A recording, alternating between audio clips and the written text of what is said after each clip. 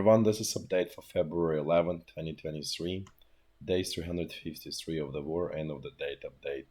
This will be a super short update. Um, just want to talk a little bit about the military situation and uh, power system in Ukraine. In terms of power system, it's still sort of operating. It actually, surprisingly, damage was not that bad. The so basically percentage of the missiles that hit the target was apparently not that big. There's definitely damages, no question about it, but it's not the sort of final straw or final hit that breaks the backbone of Ukrainian power system. The only dangerous uh, point was is actually there is a dam called Dnipro here in Zaporizhya. So it was attacked, and there was a hit at the power generator there. So it's pretty dangerous because if that dam um, gets basically destroyed, and it potentially can create huge natural disaster basically. So that's um, the only sort of you know dangerous part about it. That's really dangerous. Also interesting that during this attack, and I forgot to mention it yesterday, Russian troops actually managed to use a seaborne unmanned vehicle, which destroyed the bridge that goes here over this bay. So there's basically a bay that goes almost essentially to Moldova. And there is a bridge over that bay that connects Ukraine to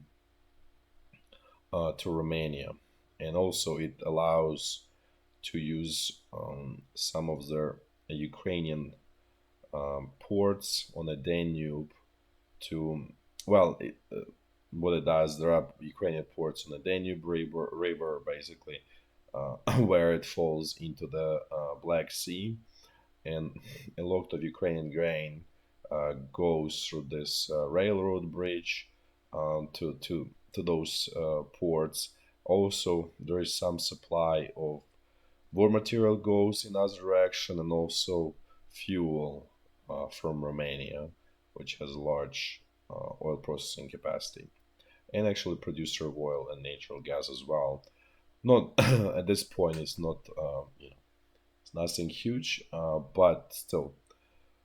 So that bridge was blown, destroyed there. So that was important sort of update from yesterday.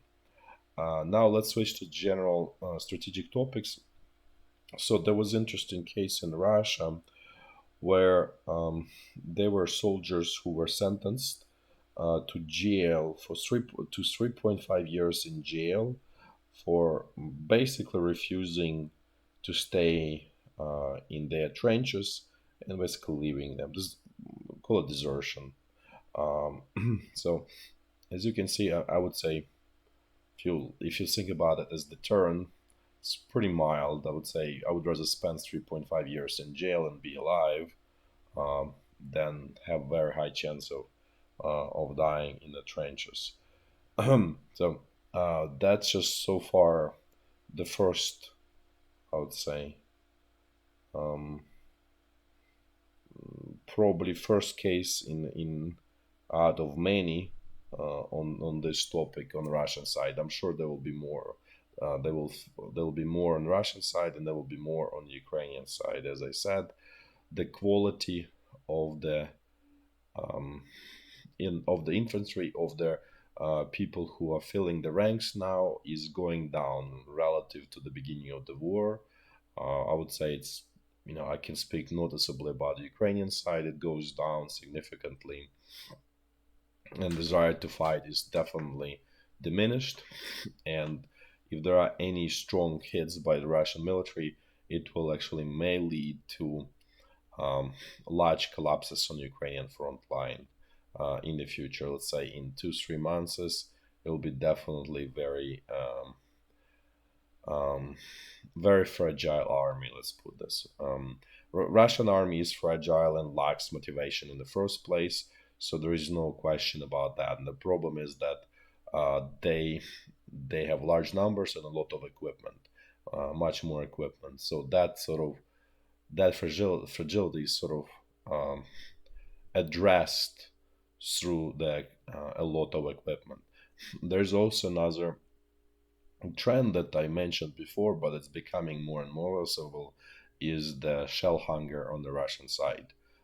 They still, have use a lot of them, but uh, there is a clear trend where there is a fewer shells per cannon, and they are more focused, sort of basically where the Russian side military command decides to attack. So those units getting sort of unlimited um, inventory of shells.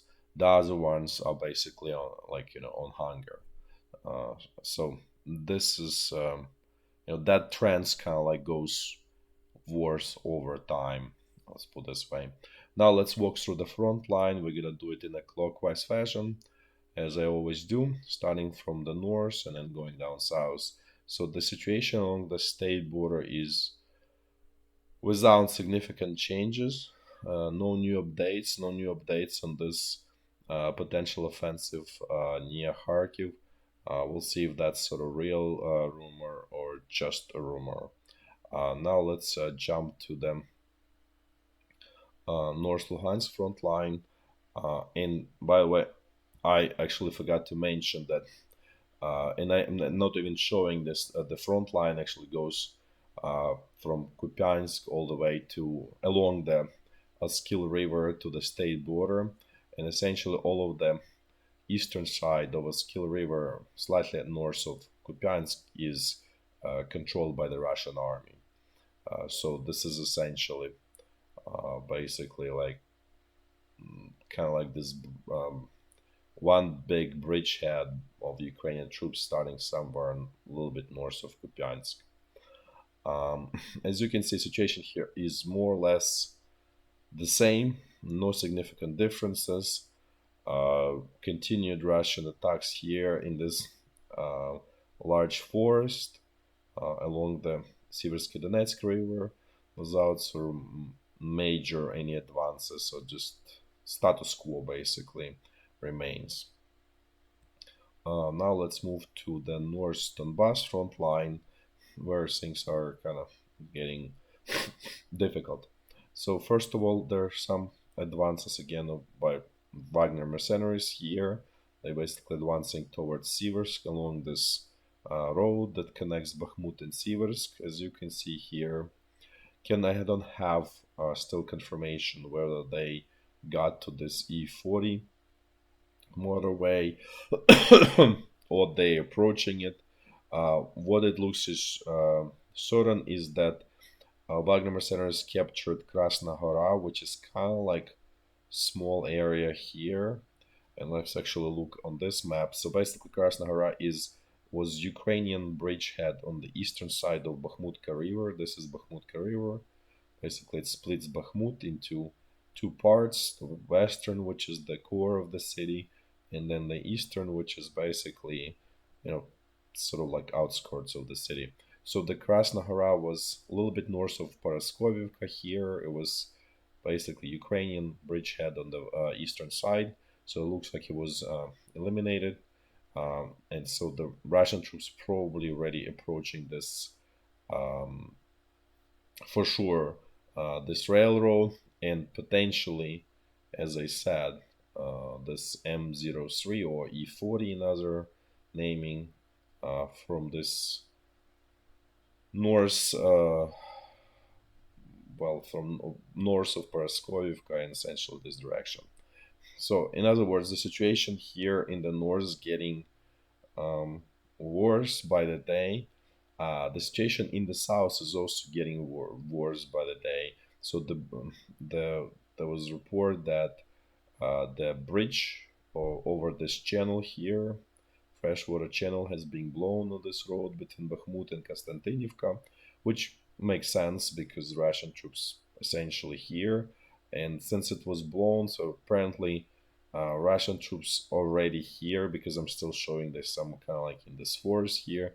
So they apparently already um, definitely south of this road, and then Ivanivsky is kind of like a stronghold, and apparently probably getting over the road, north of the road, essentially kind of like um, out starting to outflank Ivanivsky. Don't have exact sort of location, so this is just based on information that I just shared with you. So as you can see, they're getting very close to this road that goes through Chasiv Yar, right? This is the main road that remains. So this, even if the northern part is still kind of far away, the southern, call it pincer, is approaching within, like, I don't know, like 2 kilometers of this road. So essentially, it's becoming less and less safe. I mean, you can probably use some kind of like field roads and so on, but the the time when you need to withdraw troops from Bahmut is coming closer and closer with every day. Let's put it this way. And the timing in terms of sort of like withdrawing without having too many problems, without having too many losses, without losing most of the equipment is running out. Let's put it this way. It is even shorter. Um, so so it looks more and more that Ukrainian troops will not be able, or Ukrainian command, that's probably a better way to say it, will not be able to hold on to Bakhmut in the very near future. I'm talking about like probably 10 days or so. Um, Now let's move south. Let's see what's going on this central Donbass front line. So again, Russian attacks in all regular places. Piski Salient, Marinka, Vuhledar, all without essentially any success.